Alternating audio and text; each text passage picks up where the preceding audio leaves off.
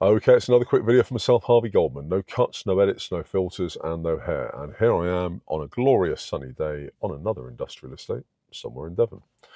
So for today's video, from the land of opportunity to the land of overdrafts, what started the death of the British dream?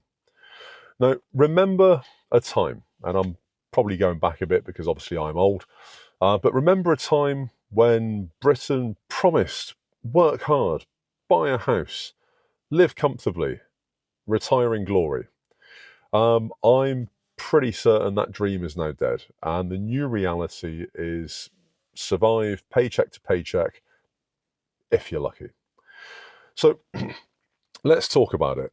So we've got obviously increasing debt levels. The average UK personal debt, this is obviously excluding mortgages, actually hit £34,500 per adult in early 2025. So that was actually by the Money Charity in March 25. Credit card debt has risen by over 7% year on year. Think about that. Somebody's getting rich from that. Home ownership collapses. First-time buyers, their average age is now 34 years old. And that was up from 28, which was just a decade ago.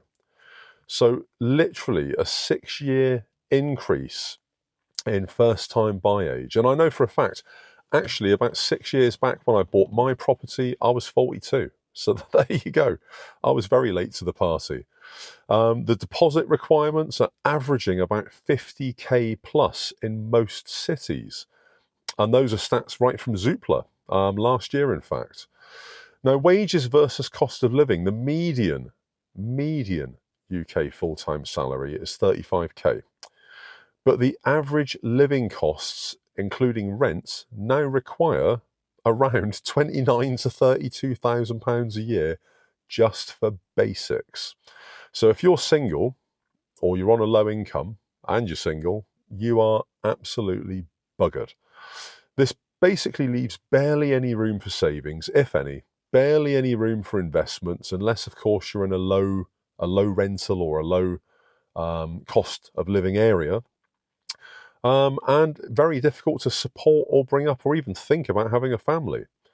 Now, obviously, the mental health impact of this is massive. Financial anxiety is now cited as something that really exists within almost half of UK adults that have got mental health concerns.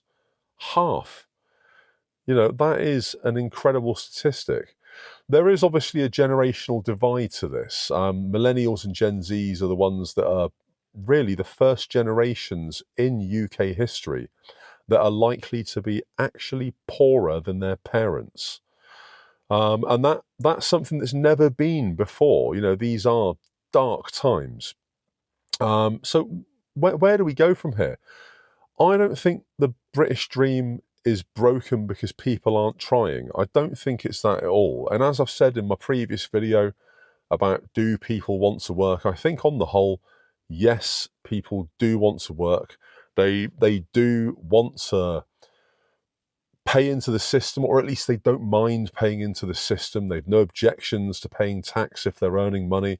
They've no objections to paying national insurance contributions if they've got some kind of service that they can fall back on should they get ill. And I don't think that people aren't trying. I think it's broken because the system has been changed, i.e. rigged, and basically nobody told us. We're all finding out very late. We are literally the last people to find out. Hello. The rich, those with generational wealth, those that have got financial advisors and everything else on tap, they knew, of course. They're probably the ones that caused this. It's by design. And I think we need to get the British dream back. I, myself, am adamant that I am going to be leaving the UK. I don't see any way that I'm not, unless there's a massive paradigm shift in the way that I'm taxed, in the way that I can earn money, the way that I can save money or invest. Unless all of it changes really very rapidly in the next few years, 100% I'm going to be leaving the UK. And it does make me sad. It really does. I've had the dream ever since being a young child. Obviously, being a child of the early '80s. At that point in time, you had it drummed into you by your parents, by your school, and everything else, that you get good grades, you get a good job, find a partner, get a house, settle down, have kids, live the life, bring up your kids, and then, retire.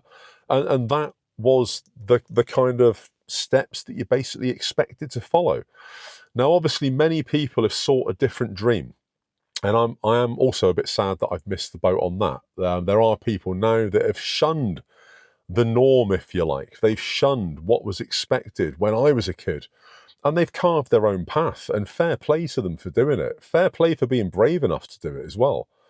I've spoken to countless people on my DMs, on my inbox, on my socials, that have moved abroad, that are digital nomads, not just doing websites and SEO like many do, like I do, but doing all sorts of services. A lot of them are doing personal training from overseas to people in the UK.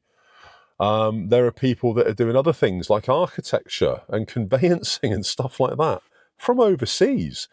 I didn't think those things were really possible unless you're physically at site or physically sort of in the building that you're working on. Apparently not. Apparently you can do it from Bali. But there you go. So fair play for those people to have created their own British dream and then run away with that out the country. And I think I'm definitely going to do the same. So what are your thoughts and opinions on this? I want to hear from people that are older than me, that have experienced the dream as it was when I was a kid. Did you pursue that dream that your parents defined? Did it work out for you? Are you happy where you're at?